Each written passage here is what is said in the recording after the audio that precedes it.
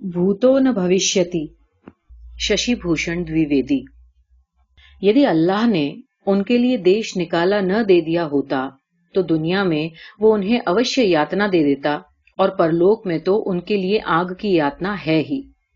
कुरान पाक सूरा अल हश्र 59:3। नाना भूत पालते थे। जब वो मरे तो सारे भूत उड़ गए थे। मैं नाना की मौत पर जा नहीं पाया। गया होता तो शायद उनके उड़ते हुए भूतों को देख सकता। नाना बहुत पढ़े लिखे नहीं थे, लेकिन जाने कहां से उन्होंने रामचरितमानस और भगवत गीता रट रखी थी।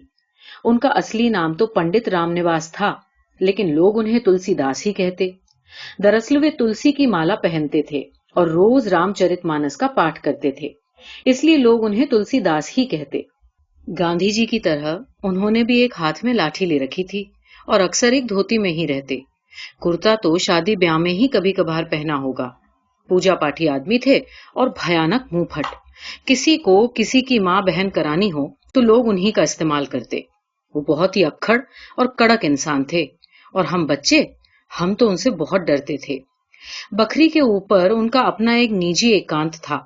ये एक ऐसी जगह थी जहां जाने की किसी को अनुमति नहीं थी, नानी को भी नहीं। नाना वहां ताला लगा कर रखते थे। यही उनकी भूतगाह भी थी, मंदिर भी और उनका अपना छोटा मोटा खजाना भी। एक बार शरारतन मैं वहां घुस गया था। मैंने वहां देखा कि घुप्प अंधेरे में वहां एक दिया टिमटिमा रहा है। बस नाना टॉर्च की रोशनी में किसी चीज को ढूंढ रहे थे। वहां तमाम देवी देवताओं की मूर्तियां और पोस्टर चिपके थे। एक बक्सा था जिस पर नाना ने बड़ा सा ताला लगा रखा था। मेरे लिए वो एक रहस्यमयी दुनिया थी जहां भूत रहते थे। तब मुझे लगा था कि भूत इसी बक्से में बंद रहते होंगे। मुझे डर भी लगा था, लेकिन चूंकि बक्से में ताला लगा था इसलिए उतना डर भी नहीं लगा। उस दिन नाना कमोबेश कुछ अच्छे मूड में थे। टॉर्च की रोशनी में उन्होंने मुझे देखा और प्यार से अपने पास बुलाया और बक्से का ताला खोला। जब वो बक्से का ताला खोल रहे थे तब मैं बहुत डर गया, क्योंकि मुझे पता था कि नाना भूत पालते हैं और अपने भूतों को इसी बक्से में ताला लगा कर रखते हैं। लेकिन आश्चर्य, बक्से का ताला खुलने के बाद उसमें से कोई भूत निकला ही नहीं। बक्से में एक पोटली थी, उसमें कुछ फुटकर नोट और सोने चांदी के सिक्के थे, कुछ धार्मिक किताबें, तंत्र मंत्र का कुछ सामान, जमीन जायदाद और मुकदमेबाजी के कुछ कागजात और दैनिक खर्चों के हिसाब किताब की एक डायरी थी। इसके अलावा एक तुलसी और रुद्राक्ष की माला थी। साथ में था गांधी जी का फटा पुराना ब्लैक एंड व्हाइट चित्र। बक्से में लेमन जूस और कुछ मिठाई भी उन्होंने संभाल कर रखी थी, जिसमें से एक लेमन जूस और थोड़ी सी मिठाई उन्होंने मुझे खाने को दी थी। उस दिन चांदा बाजार का साप्ताहिक मेला लगा था, जहां की गुड़ की चोटियां जलेबियां बहुत प्रसिद्ध थी। नाना का अच्छा मूड देखकर मैं उनसे मेला देखने की जिद करने लगा। उस दिन जाने क्या था कि मेरे कंजूस नाना बहुत खुश थे और उन्होंने मुझे मेला देखने के लिए 1 रुपया भी दिया था। लेकिन मेरी दिलचस्पी तो नाना के भूतों में थी और मैं उनसे भूतों के किस्से सुनाने की जिद करने लगा। मेरी जिद को दरकिनार करते हुए नाना ने बक्से में से गांधी जी का चित्र निकाला और झाड़ पोंछकर साफ करने लगे। फिर उसे किसी अनमोल अमानत की तरह उन्होंने बक्से में संभाल कर रख दिया। गांधी जी का चित्र मैंने अपनी स्कूली किताबों में देखा था और पढ़ा था कि उन्होंने अंग्रेजों से देश को आजादी दिलाई थी। मैं अपने अधकचरे ज्ञान के आधार पर नाना जी को गांधी जी के बारे में बताने लगा। नाना मुस्कुराए, मगर उनकी आंखों में आंसू थे।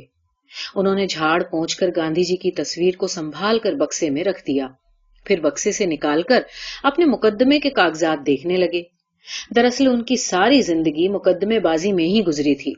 मुझे याद है, जब भी वो किसी मुकदमे के सिलसिले में कचहरी जाते थे तो धोती पर झक्क सफेद कुर्ता पहनते थे। सिर पर उनके बाल भी नहीं थे, सो बिल्कुल गांधी की तरह ही लगते थे। जीवन में एक बार उनकी गांधी जी से मुलाकात भी हुई थी और देश की आजादी के लिए उन्होंने अपने भूत गांधी जी को सौंपने की पेशकश भी की थी।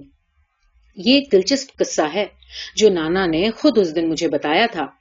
ये सन 42 के आसपास की बात होगी। नाना की उम्र उस समय 20-21 साल होगी।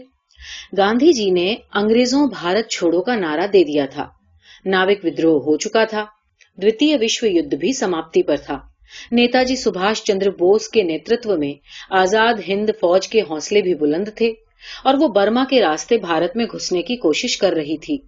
उधर हिटलर का अंत हो गया था और मित्र देशों की सेनाएं विजयोल्लास में मस्त थीं। हिरोशिमा और नागासाकी में अमेरिका ने परमाणु बम फेंककर जापान की कमर तोड़ दी थी।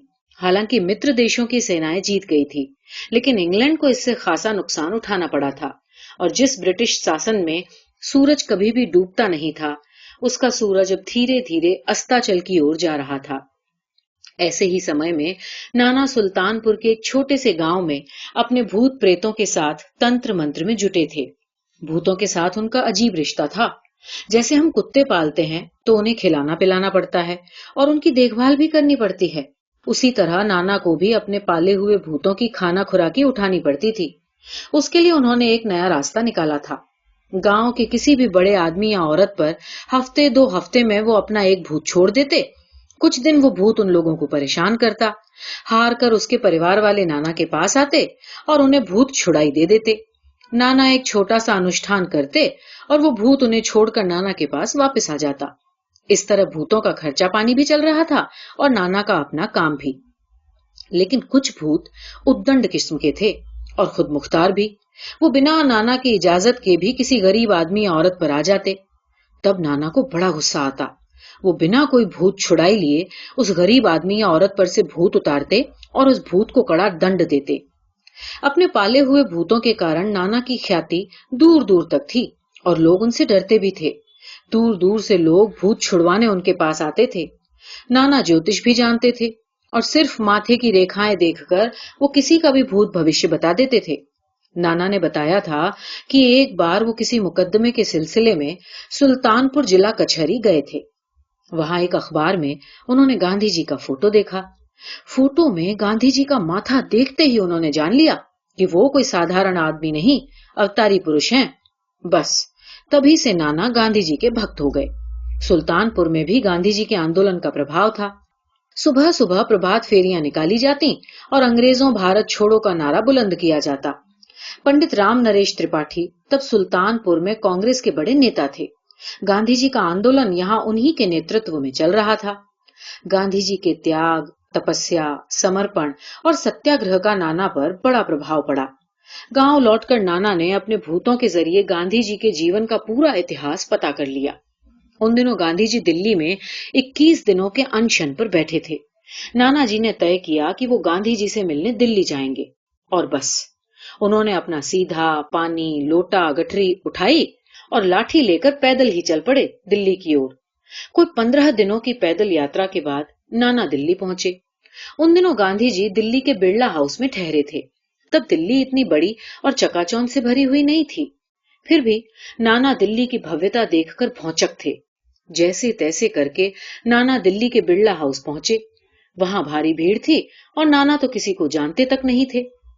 नाना ने कई लोगों से गांधी जी के बारे में पूछताछ की और उन्हें बताया कि वो उनसे मिलने सुल्तानपुर से पैदल चले आ रहे हैं। लोगों को उनकी इस गांधी भक्ति पर आश्चर्य हो रहा था। कांग्रेस सेवा दल के कुछ लोगों ने उनसे पूछा कि वो गांधी जी से क्यों मिलना चाहते हैं। तब नाना ने उन्हें बताया कि वो भूत पालते हैं और अपने भूतों को आजादी की लड़ाई में लगाना चाहते हैं और इसके लिए उन्हें गांधी जी का आशीर्वाद चाहिए। कांग्रेस सेवा दल के लोग नाना की इस बात पर खूब हंसे, लेकिन नाना ने जब उनकी खूब चिरौरी की तो वो उन्हें गांधी जी से मिलवाने को राजी हो गए। गांधी जी रोज सुबह और शाम प्रार्थना सभा में आते और सभी से मिलते।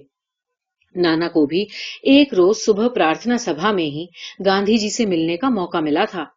नाना आजीवन उस क्षण को कभी नहीं भूल पाए। प्रार्थना सभा में भारी भीड़ थी। नाना सुबह सूरज उगने से पहले वहां पहुंच गए थे। बल्कि सच तो यह है कि वो रात भर वहीं आसपास घूमते रहे। भीड़ में सबसे आगे थे। गांधी जी 2 लड़कियों के सहारे प्रार्थना सभा में आए और हाथ जोड़कर मंच पर बैठ गए। भजन चल रहा था। रघुपति राघव राजा राम, पतित पावन सीताराम और वैष्णव जंतो तेने कहिए, जे पीर पराई जाने रे। नाना भक्ति भाव से भौचक सब सुन रहे थे। प्रार्थना सभा खत्म होने के बाद अपनी टूटी फूटी हिंदी में गांधी जी ने एक छोटा सा प्रवचन भी दिया। कहीं कोई आडंबर या दुराव छिपाव नहीं। नाना ने जीवन में पहली बार कोई ऐसा महात्मा देखा था वैसे कई पहुंचे हुए संतों और फकीरों से उनका याराना था, लेकिन ऐसा फकीर उन्होंने पहले कभी नहीं देखा था। प्रवचन के बाद गांधी जी लोगों के सवालों के जवाब देने लगे। नाना भी बोलने के लिए खड़े हुए, लेकिन भीड़ के सामने उनकी आवाज निकली नहीं। कांग्रेस सेवा दल के लोगों ने उन्हें जबरन बिठा दिया। गांधी जी ने अपनी घड़ी देखी और उठकर जाने लगे। उन्हें भीड़ ने घेर रखा था। नाना को लगा कि अगर उन्होंने आज मौका गंवा दिया तो फिर कभी गांधी जी से अपनी बात नहीं कह पाएंगे। वो तेजी से उठे और भीड़ चीर कर गांधी जी के पास पहुंच गए। पहले उन्होंने गांधी जी के पैर छुए और बताया कि वो सुल्तानपुर से पैदल चलकर उनसे मिलने दिल्ली आए हैं। गांधी जी ने नजर भर कर उन्हें देखा और अचानक ठिठक कर खड़े हो गए। गांधी जी ने अपना स्नेह भरा हाथ नाना के सिर पर फेरा और उनके आने का कारण पूछा। नाना ने सारी बातें बता दी और कहा कि आप ये भूखे मरना छोड़ दीजिए। मेरे पास भूत हैं, मैं उन्हें अंग्रेजों पर छोड़ दूंगा, फिर देखना सारे अंग्रेज देश छोड़कर भाग जाएंगे। नाना की बात सुनकर गांधी जी धीरे से मुस्कुराए और बोले, मैं भूत प्रेतों में विश्वास नहीं करता, लेकिन अगर तुम कहते हो और ये करते हो तो मैं तुम्हारे विश्वास का सम्मान करता हूँ। हालांकि मैं यही कहूंगा कि तुम इन भूत प्रेतों का चक्कर छोड़कर देश सेवा का व्रत लो और ब्रह्मचर्य का पालन करो। ब्रह्मचर्य में बड़ी शक्ति है। नाना ने फिर एक बार उनके पैर छुए और आशीर्वाद मांगा। गांधी जी ने फिर उनके सिर पर हाथ फेरा और शिष्यों के साथ वो धीरे धीरे वहां से चले गए। नाना हतप्रभ खड़े उन्हें देखते रहे। बहुत देर बाद उन्हें होश आया और वो वापस चल पड़े। उस समय तक नाना के 3-4 बच्चे हो चुके थे। उन दिनों शादियां बहुत बचपन में हो जाती थीं, उनकी भी हो गई थी। खैर, नाना ने उस दिन से संकल्प लिया कि अब वे ब्रह्मचर्य का पालन करेंगे और नानी की तरफ देखेंगे भी नहीं। नाना के इस संकल्प के चलते नानी को बहुत कुछ भुगतना पड़ा। गांधी जी के कहने से नाना ने ब्रह्मचर्य का संकल्प तो ले लिया, लेकिन भूत प्रेतों का चक्कर नहीं छोड़ा, बल्कि अब इन भूत प्रेतों को उन्होंने अंग्रेजों को देश से खदेड़ने के काम में लगा दिया। अंग्रेजों की शक्ति धीरे धीरे क्षीण पड़ती जा रही थी और कांग्रेस का आंदोलन मजबूती पकड़ रहा था। लगने लगा था कि अब अंग्रेज इस देश को हमेशा के लिए छोड़ देंगे। नाना जब ये सुनते तो उन्हें बड़ी खुशी होती और अपने भूत प्रेतों की ताकत पर भरोसा होने लगता। लेकिन जैसा कि पहले भी मैंने कहा कि नाना के सारे भूत उनके अपने नियंत्रण में नहीं थे। कई भूत उद्दंड और खुद मुख्तार भी थे। उन दिनों देश में सांप्रदायिक दंगे भी शुरू हो गए और मुस्लिम लीग की तरफ से पाकिस्तान की मांग भी जोर पकड़ने लगी। नाना को लगता था कि ये उनके उद्दंड भूतों की ही करामात है। वो रोज उन्हें दंड देते और भूखा रखते, लेकिन देश के हालात सुधरने का नाम नहीं ले रहे थे। आखिरकार 15 अगस्त सन 1946 को देश आजाद हो गया और साथ ही देश का विभाजन भी हो गया। नाना को अपने भूतों पर गर्व भी था और दुख भी। उन्हें लगता था कि उनके कुछ भूतों ने उन्हें धोखा नहीं दिया होता तो देश का विभाजन नहीं होता। खैर, जो हुआ सो हुआ। इस बीच कश्मीर की तरफ कबायलियों की घुसपैठ शुरू हो गई। उधर बिहार, पंजाब और नोआखोली में दंगे। गांधी अकेले इन सब से जूझ रहे थे। गांधी जी ने शांति बहाली के लिए फिर एक बार आमरण अनशन शुरू कर दिया। इस बार उनके साथ कोई नहीं था सिवाय नाना के भूतों के। इधर नाना अपने उद्दंड खुद मुख्तार भूतों से दुखी थे और उन्हें दंडित करने के लिए तरह तरह के अनुष्ठान कर रहे थे। मगर पता नहीं क्या था कि नाना के कुछ भूतों ने उनसे विद्रोह कर दिया और उनकी कोई बात मानने को तैयार नहीं थे। देश आजाद जरूर हो गया था, लेकिन कहीं भी कुछ भी ठीक नहीं चल रहा था। इसी बीच 13 जनवरी सन 1947 का वो दुर्भाग्यपूर्ण दिन भी आया जब दिल्ली की एक प्रार्थना सभा में गांधी जी की हत्या कर दी गई। गांव के एक लंबरदार के यहाँ नाना को गांधी जी की इस हत्या की खबर मिली। खबर सुनकर नाना जैसे चेतना शून्य हो गए और लाठी उठाकर बखरी के अपने अंधेरे एकांत में जा घुसे। 3 दिन तक उनका किसी को कुछ पता न चला। वे बखरी के अपने उस एकांत से बाहर नहीं निकले। 3 दिन बाद जब वो बाहर आए तो उनके चेहरे पर एक अपूर्व शांति थी। इसके बाद से जैसे भूतों से उनका कोई रिश्ता नहीं रहा। न तो गांव में उन्होंने फिर कभी किसी पर भूत छोड़ा और न किसी से कभी कोई भूत छुड़ाई ली। लेकिन भूतों ने उनका साथ तब भी नहीं छोड़ा। अब गांव में ही नहीं, घर में भी लोगों पर भूत चढ़ाता, लेकिन नाना इन सब से निर्लिप्त रहते। अब लंबरदार के घर जाकर उन्होंने देश दुनिया की खबरें सुनना भी बंद कर दिया था। उनका अधिकतर समय अपनी बखरी के एकांत में ही बीतता। उस दिन नाना ने ये सारी बातें मुझे किसी दूसरे के साथ बीती हुई कहानी की तरह सुनाई और बक्सा बंद करके उस पर ताला लगा दिया। इंदिरा गांधी तब देश की प्रधानमंत्री थी और हम लोग बहुत छोटे थे। गांधी के बाद अगर नाना किसी को पसंद करते थे तो वो थे जवाहरलाल नेहरू। इंदिरा गांधी के बारे में उनकी कोई राय बहुत अच्छी नहीं थी। कहते, जब कोई राण देश और घर की शासक हो जाए तो समझो बंटा धार है। हालांकि बहुत बाद में मामा की मौत के बाद मामी विधवा हो गई और एक तरह से घर की शासक भी उन्हें नाना ने ही बनाया। लेकिन घर की भीत तभी से कमजोर होनी भी शुरू हो गई। मामा की मौत कैसे हुई ये आज तक एक रहस्य है, लेकिन नाना इसके बारे में ठीक ठीक जानते थे। लेकिन नाना ने इसके बारे में भी कभी किसी को कुछ नहीं बताया। मामा की मौत एक सड़क दुर्घटना में हुई थी। हम लोग बहुत छोटे थे और हमें बस एक धुंधली सी उनकी स्मृति है, एक धुंधली सी छाया जिसमें रात के अंधेरे में मैं मामा की साइकिल पर बैठकर घर की तरफ जा रहा हूँ। बहुत कोशिश करने पर भी मुझे अब मामा का चेहरा याद नहीं आता।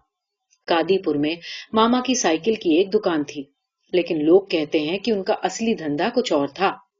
दरअसल वो नेपाल के रास्ते गांजे और अफीम की तस्करी करते थे। महज 35-40 साल की उम्र थी और उनकी इसी उम्र में वो लाखों में खेलने लगे थे। जब तक वो जिंदा रहे, घर में पैसों की कोई कमी नहीं रही। सब अच्छा खाते पहनते। उनकी शाही जीवन शैली देखकर गांव के तमाम लोग उनसे जलते भी थे और परेशान करने के लिए तमाम खुरपेंच भी करते थे। मामा ने मामी और बेटियों के लिए तमाम गहने भी बनवा रखे थे। खेत में एक ट्यूबवेल भी था। तब गांव में एक दो लोगों के पास ही ट्यूबवेल था। शायद एक ट्रैक्टर भी खरीदने वाले थे, पर अचानक उनकी मौत हो गई। शायद उन्हें अपनी मौत का अंदेशा पहले से था, इसीलिए मौत से कुछ दिन पहले ही उन्होंने बच्चों के लिए ढेर सारे कपड़े, खिलौने और राशन पानी जमा कर दिया था, जो अगले कुछ सालों तक चलने वाला था। माँ बताती है कि मामा की मौत का अंदेशा नाना को भी जरूर था, क्योंकि नाना एक पहुंचे हुए ज्योतिष थे। इस बात का प्रमाण इससे भी मिलता है कि जिस दिन मामा की मौत हुई थी, उस दिन नाना ने उन्हें घर से निकलने को मना किया था। लेकिन मामा माने नहीं। रोज सुबह की तरह उठे, नहाए धोए, पूजा पाठ किया और खा पीकर बच्चों को ढेर सारा प्यार कर साइकिल लेकर घर से निकल पड़े। अभी वो घर से 1 किलोमीटर दूर भी नहीं पहुंचे थे कि दूसरी तरफ से आ रहे एक ट्रक ने उन्हें बुरी तरह कुचल दिया।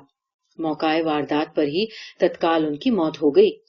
पुलिस ने इसे सड़क दुर्घटना का रूप देकर मामले को रफा दफा कर दिया। लेकिन घर में कोई भी इस बात को मानने को तैयार नहीं था कि ये एक दुर्घटना थी। कहने वाले तो यहाँ तक कहते हैं कि तस्करी के धंधे में हुई दुश्मनी ही उनकी मौत या हत्या का कारण थी। किसी ने बाकायदा सुपारी देकर उनकी हत्या करवाई और हत्यारा कभी पकड़ा न जा सका। नाना ने भी इस मामले में ज्यादा भागदौड़ की नहीं। बहरहाल मामा की मौत के बाद अब घर में नाना के अलावा कोई भी पुरुष रह नहीं गया था। घर में 35 साल की विधवा मामी थी, नानी थी, मौसी थी और मामी की 3 लड़कियां, जिनमें से एक से हमें प्यार हो गया।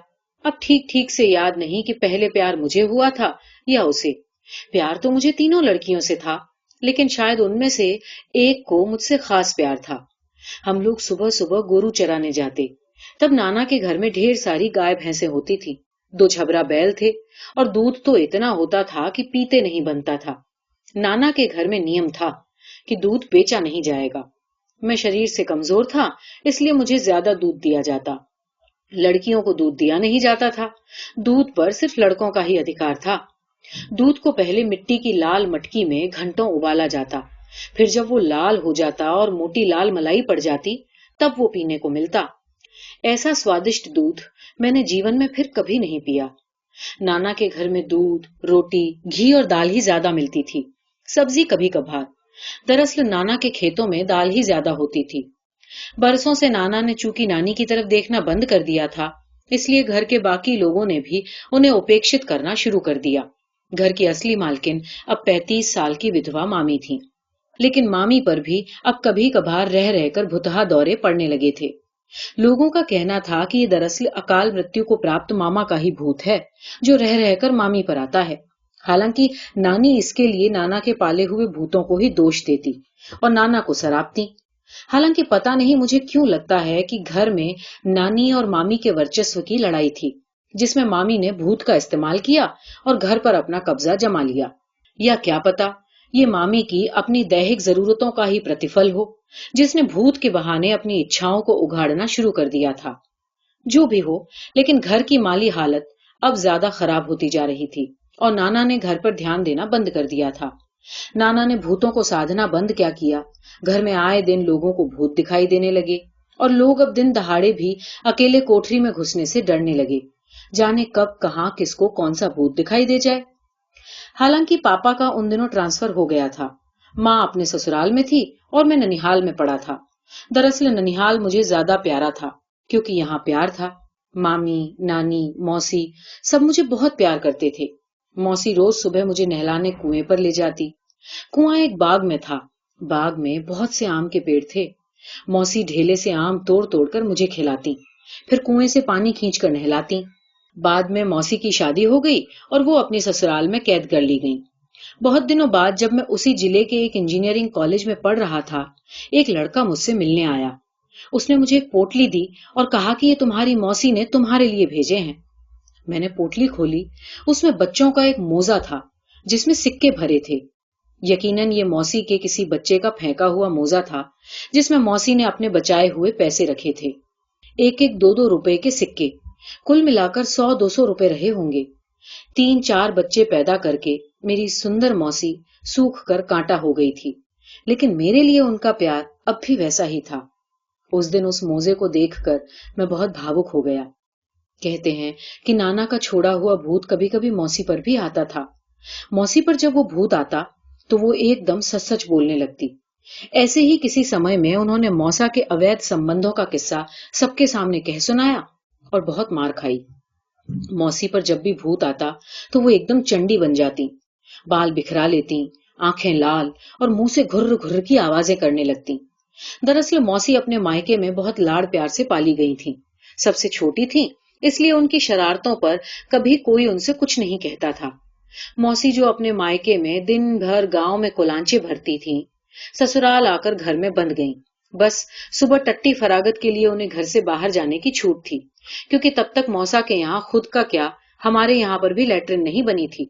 दरअसल उन दिनों घरों में पक्की लैट्रिन को सबसे फालतू की चीज माना जाता था। घर में सब होता, बरामदा, रसोई, कई कई कमरे, यहाँ तक कि जानवरों के लिए अलग बखरी, लेकिन नहीं होती तो पक्की लैट्रिन नहीं होती थी। पक्की लैट्रिन न होने से पुरुषों को तो कोई दिक्कत नहीं थी, क्योंकि वो तो जब चाहते खेतों में चले जाते, लेकिन महिलाओं की जान को सांसत थी। उन्हें सुबह 4 बजे ही अंधेरे में उठना पड़ता और खेतों की ओर भागना पड़ता। पता नहीं दिन में महिलाओं को हाजत लगती भी थी या नहीं, क्योंकि मैंने दिन में उन्हें कभी खेतों की ओर जाते नहीं देखा। हाँ, पेशाब के लिए जरूर घर के सबसे खराब कमरे में से एक मोरी निकाल दी जाती, जिससे वो अपना निपटान कर लें।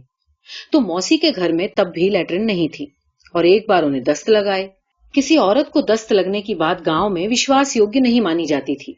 ऐसा माना जाता था कि ये कोई ऊपर की बाधा है जिसका इलाज पंडित ओझा के पास ही है। तो मौसी को दस्त लगने लगे तो ओझा को बुलाया गया। इधर मौसी की हालत खराब से खराब होती जा रही थी, उधर ओझा दुनिया भर के टोटके कर रहा था। ऐसे ही समय में मौसी पर चंडी सवार हुई और उन्होंने ओझा को धर पटका। ऐसा करते समय उनके दस्त निकल गए और पूरे घर में मार गंध फैल गई। उसके बाद तो मौसा और मौसी की सास ने मिलकर मौसी की जो कुटम्मस की कि कई कई दिनों तक उन्हें हल्दी का दूध पीना पड़ा।